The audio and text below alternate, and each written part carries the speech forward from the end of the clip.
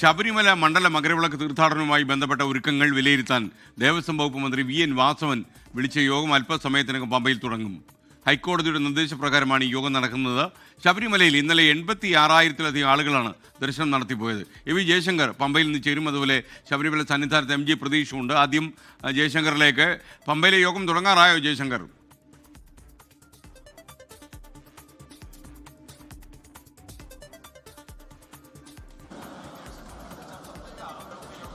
ശബരിമല ഒരുക്കങ്ങളുമായി ബന്ധപ്പെട്ട് അതിൻ്റെ നിലവിലെ സ്ഥിതി വിലയിരുത്തുക എന്നതാണ് ഈ ഒരു യോഗത്തിൻ്റെ തീരുമാനം.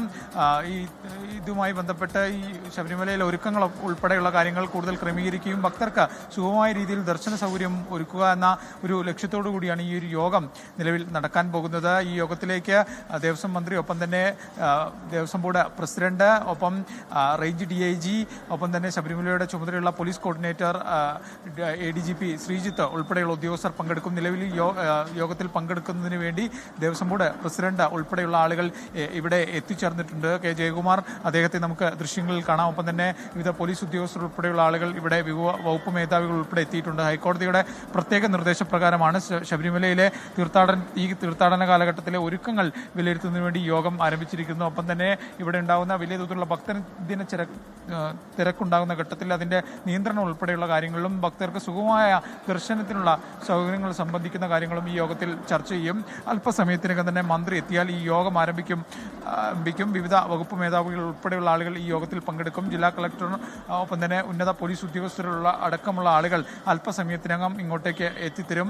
മന്ത്രി സന്നിധാനത്ത് നിന്ന് പമ്പയിലേക്ക് ഇറങ്ങിയതായാണ് ലഭ്യമാകുന്ന വിവരം. ഉടൻ അധികം വൈകാതെ തന്നെ മന്ത്രി ഇങ്ങോട്ടേക്ക് എത്തും. നിലവിൽ ദേവസ്വം ബോർഡ് പ്രസിഡന്റ് ഇവിടെ എത്തിയിട്ടുണ്ട്. യോഗത്തിൽ പങ്കെടുക്കുന്നതിന് വിവിധ ഉദ്യോഗസ്ഥർ ഉൾപ്പെടെയുള്ള ആളുകൾ ഇവിടെ നിലവിൽ എത്തിച്ചേർന്നിട്ടുണ്ട്. അവരെല്ലാം തന്നെ ഇരിപ്പിടത്തിൽ ഇരിക്കുകയാണ്.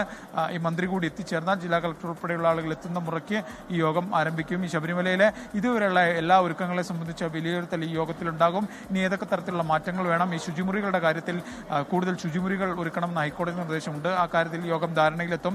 ഒപ്പം ഭക്തർക്ക് ആവശ്യത്തിനുള്ള കുടിവെള്ളം ഉൾപ്പെടെയുള്ള കാര്യങ്ങൾ ഈ യോഗത്തിൽ ചർച്ചയാകും. മറ്റ് അടിസ്ഥാന സൗകര്യങ്ങളെക്കുറിച്ചും യോഗം വിശദമായ രീതിയിൽ ചർച്ച ചെയ്യും.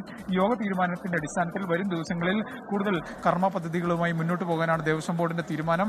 അതിന്റെ ഭാഗമായാണ് ഹൈക്കോടതിയുടെ നിർദ്ദേശപ്രകാരം ഇത്തരത്തിൽ യോഗം നടത്തുന്നത്. ആദ്യഘട്ടത്തിൽ മന്ത്രി യോഗം വിളിക്കാൻ തെരഞ്ഞെടുപ്പ് കമ്മീഷനിൽ നിന്ന് അനുമതി തേടിയെങ്കിലും തെരഞ്ഞെടുപ്പ് കമ്മീഷൻ അതിന് അനുമതി നൽകാത്തൊരു സാഹചര്യം ഉണ്ടായിരുന്നു. പിന്നീട് ഹൈക്കോടതി ഇടപെടലിന് പിന്നാലെയാണ് യോഗം. എന്തായാലും SK അല്പസമയത്തിനകം പമ്പയിലെ മന്ത്രി നടത്തുന്ന അവലോകന യോഗം ചേരും.